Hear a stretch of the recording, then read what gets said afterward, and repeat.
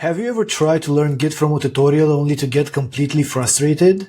You either sit through a super simple video and you learn nothing useful, or you try a very complex one and you get lost after the first 5 minutes. Well, this guide is different. I'm going to make you a promise. By the end of this video, you will go from zero to confidently manage your projects in GitHub.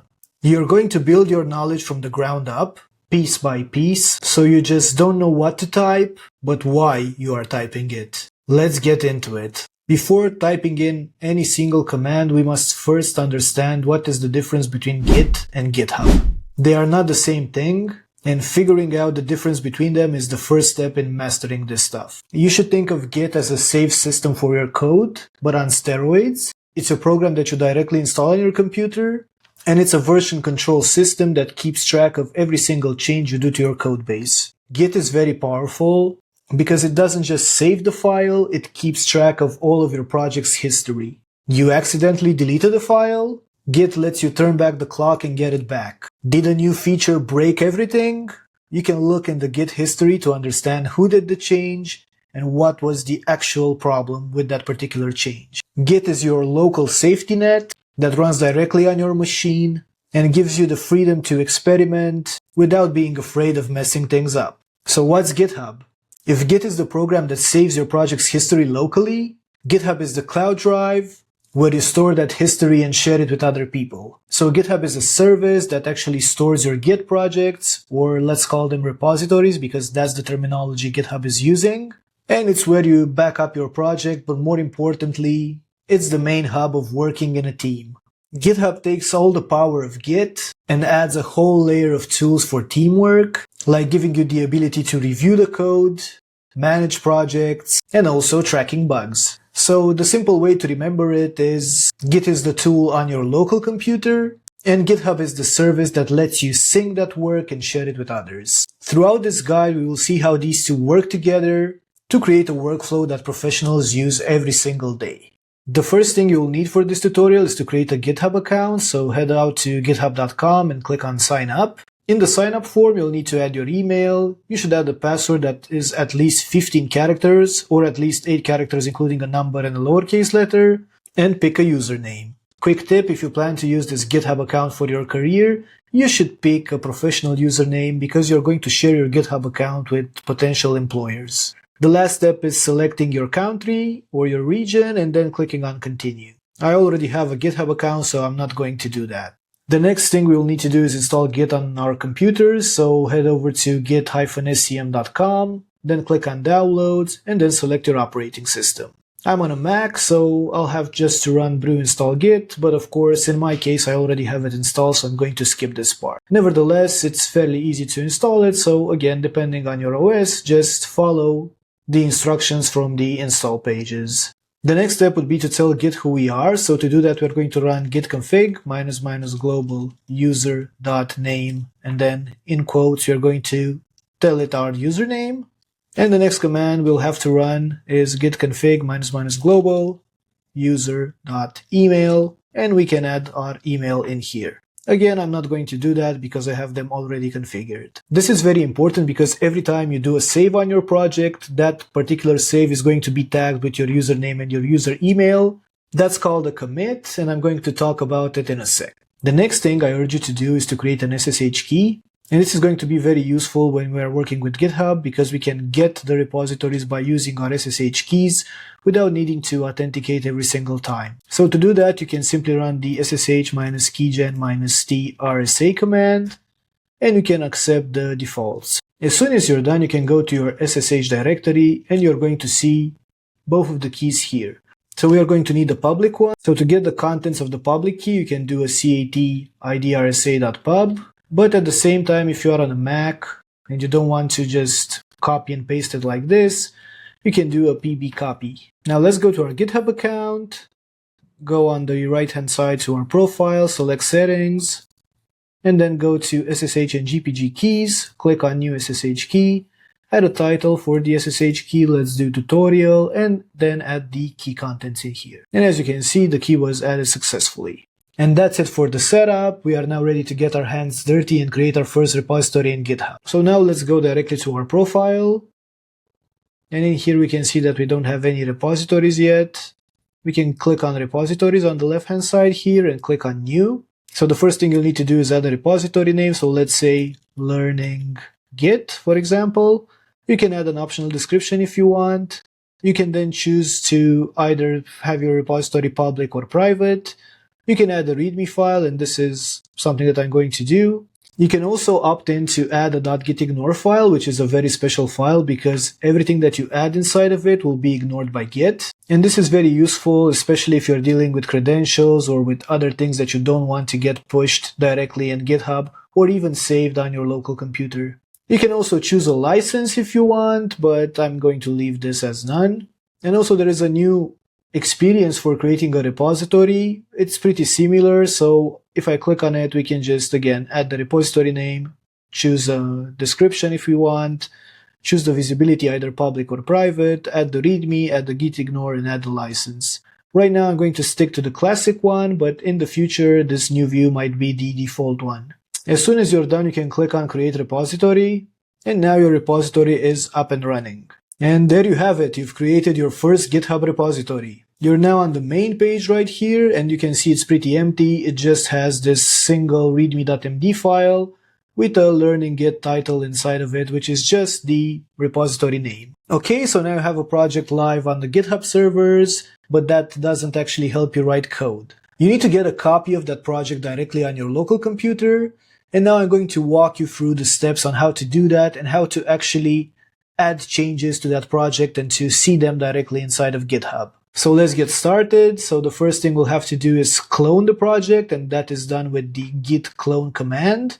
You can either clone it using HTTPS or SSH, but because I've added the SSH key inside of my GitHub profile, I'll do it with SSH. So let's copy this to clipboard. So we are now ready to clone the project. So to do that, we're going to run git clone and the name of the project. So now we can see the project was cloned successfully. So if we go inside of it, we're going to see that we only have this readme.md file. Let's make a simple change to this readme file, and I'm just going to add something like the first command we learned is git clone, save it and exit. So we now just changed the project, but how do we tell Git about it? And this is basically a two-step process, and the steps are staging and committing. You should think of the staging area as a loading dock. You've made some changes on your computer, but before you pack them up to be saved, you have to tell Git what files exactly you want to include in the next snapshot. And this is called the staging area, as I said before. So to see our staging area, we will first run git status. And we are going to get here a couple of information like what branch are we on, and I'm going to talk about branches in a sec. What are the changes that are not staged for the commit? And we can see in the bottom right here that right now no changes have been added to commit, and we need to use the git add command to do that. So by running git add and the name of the file, we're going to basically stage it to be saved. If I run git status again, we're going to see that we have some changes to be committed. Okay, so basically right now our change is staged, and the next step is of course to commit it. And the commit is the act of actually saving the snapshot of your staged changes to the project's history. Every commit gets a unique ID, and most importantly, it should have a descriptive message. So to do that, we're going to run the git commit -m command, and in here we're going to add a message, added my first command in the readme.md file. And now if I run git status again, we are going to see that our branch is ahead of origin main by one commit. And this happens because right now, by doing a git commit locally, we have saved a new version of our project. And right now these changes only exist on our computer, but we want to be able to push them to GitHub. So in order to do that, we're going to run the git push origin main command. So let's break down this command a little bit. So push is the command we actually do to send our local changes to GitHub. Origin is actually the nickname Git attributes to the remote repository we have cloned. And main is just the main branch. And again, I'm going to talk about branches in a sec. I'm now back in my GitHub repository, but as you can see, nothing has changed here. And that's because I haven't refreshed it. So if I refresh it, we are going to see that we have a new commit in here, and the first command we learn is git clone. So right now you've already learned the most important workflow inside of Git, and you're really building a strong foundation. If this is making sense and helping you out, take a second and just leave a like to this video. We're about to get in some really powerful features like pull requests and branching, so stick around if you want to learn more about how Git works. So the idea of branching is actually the most powerful thing that Git can do. And the best way you should think of a branch is like a parallel universe for your project. When you first create your GitHub repository, you start with a single branch called main, which is the default one. And this main branch should always hold the stable production-ready version of your code. Now let's say you want to add a new feature.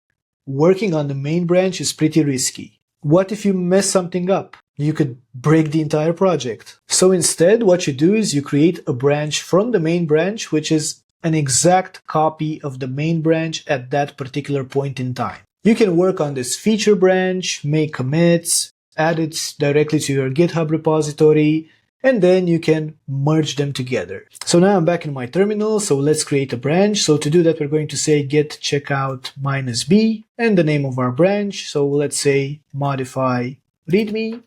And you can see that I have switched to a new branch called modify readme. There is another important command here that is called git branch, and git branch shows you all the local branches you have, and it also shows you what branch are you on. But you can also use git branch -a to see all the branches on the remote as well. So right now you can see on the remote I don't have the modify readme branch, and that's because I haven't pushed it yet. But this is okay. So we haven't pushed it yet, so that's why we don't have it in there. So let's do a change right now. I'll do a change to my readme file. And I'm going to say something like, right now I'm learning about branching. I'm going to save it. And if I run a git status, we are going to see that we have again a change that is not staged for commit. And we can run git add and the name of the file. But if we have multiple changes to multiple files, we can do a git add dot, and this will add absolutely everything from our current directory and all the directories that have it as a parent. So I'll just run git add dot just to make you accustomed with the command. Again, we can do a git status and we can see that we have one change to be committed. We can run a git commit changed readme in a feature branch, and we can then git push origin and modify readme. So this will push directly the branch with this name on my GitHub repository. So by going back to GitHub, we can see that we have a new branch in our project called modified readme, which has been pushed 2 seconds ago, and we have the option to compare and pull requests. A pull request will help us get our feature branch directly inside of our main branch. Why aren't we merging the feature branch directly in the main branch? Well, in a team environment, you shouldn't push things directly to the main branch without consulting with your teammates first, and that's what a pull request enables you to do, to collaborate with your teammates. So let's do a compare and pull request right now. You will add a title to your pull request usually, and then also add a description just to explain what's happening in that particular pull request. So let's say I change the readme to have a new line about feature branches. You can add reviewers, you can assign it to different people and stuff like that. And at the end of the pull request, you're going to see what changed. So I'm pretty happy with what I see right here, so I'll create a pull request. And when I have the pull request created, well, we can see again the description in here. We can see how many commits we have added. And if we go to changed files, we can see exactly what has changed. As soon as I'm happy with it, I can merge the pull request, and this will actually add everything from my feature branch directly to my main branch. As a best practice, whenever you merge a feature branch, you should delete it, because otherwise you're going to have hundreds of feature branches inside of your repository, and it's going to be very hard to understand what's happening and where. So to do that, again, we can just click on delete branch, and the branch has been deleted from the remote. If I go back to my code right now, we are going to see that the readme has changed, and now we have a new line in it. Right now I'm learning about branching, and the first command we learned is git clone. So let's head back to our terminal. As you can see right now, I'm still on the feature branch. I can go back to main by running git checkout main, and you can see that I'm on the main branch. But if I do a cat on my README file, we're going to see that we are missing the information from the latest commit. And this is happening because our local branch right now doesn't have the latest changes from our remote one. If you remember, we've done the pull request directly in GitHub and we've added all the changes from the feature branch to the main branch in GitHub, but our local branch doesn't have those changes yet. To incorporate those changes back in our main branch, we can run a git pull origin main. And this will actually pull the information directly from GitHub. So we can see that we have a change in our README file. And if I do a cat again on the README file, we can see that right now I'm learning about branching. So we have the new line inside of it as well. So I told you in the beginning and throughout this video that Git is all about collaboration and teamwork. But what happens if two or more people create a branch directly from the main branch at the same time, but one of them manages to actually add those changes back to the main branch through a pull request faster than the other one? Well, if they change the same file, it will most likely result in a merge conflict, and the second person will actually have to solve it before merging back to the main branch. So let's see this in action. So I'm going to create two feature branches. So I'm going to say git checkout -b f1, and I'm going to make a change to the README file.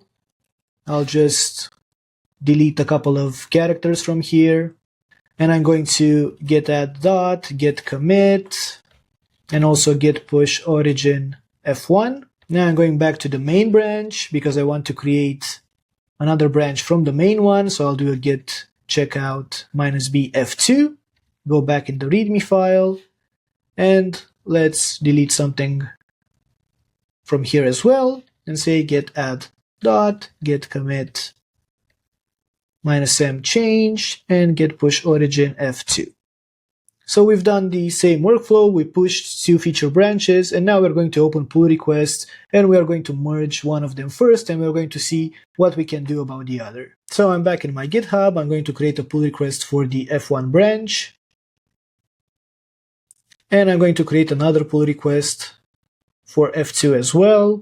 Let's do an F2 here to be easier to track. And I'm first going to merge the F2 one. So the F2 one just deleted a couple of things right here. I'm going to merge it, and I'm going to delete the F2 branch as a best practice. But now let's go to the F1 one, and we can see that this branch has conflicts that must be resolved. We can use the web editor or the command line to resolve conflicts before continuing. Let's use the web editor to make it easy to understand what we have to do. So in this conflict, we can see that Git uses some special characters to mark the particular conflict. So we have less than, equal, and greater than. Your job right now is to remove these markers and then decide how you want this to look like in the end. So you'll have to decide what you want to do here. So I'll just remove one of them, click on mark as resolved, commit merge. And now we can see that we don't have any conflicts with the base branch. And we can also see that a merge was run from the main branch inside of the F1 branch. So in the end, we're going to end up with this gibberish text right here. GitHub doesn't only help you with hosting your code and doing pull requests. You can also open bugs easily here by clicking on new issue and saying what's happening with the code. So I have issues with the readme.md file. You can explain what the issue is here and then click on create. And usually somebody that maintains that repository will come in and they will check the issue out and they will provide an answer to you, or simply ignore you depending on how they do their job on that particular repository.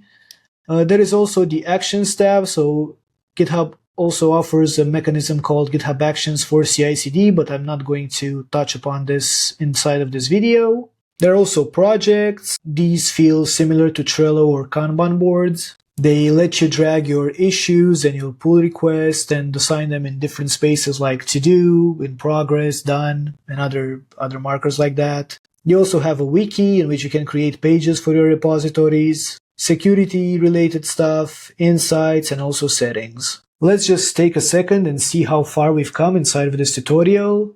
We started without even knowing what Git is or what GitHub is. We didn't know what was the difference between them, but now we have a pretty good idea of how they can be used together. We've went through the most basic workflow, which is the clone, add, commit, push workflow, but we didn't stop there. We learned about branching, pull requests, merge conflicts, and everything else that GitHub has to offer. The only thing right now left to do for you is to practice, create your own projects, find an open source project to contribute to, and just use this workflow every day.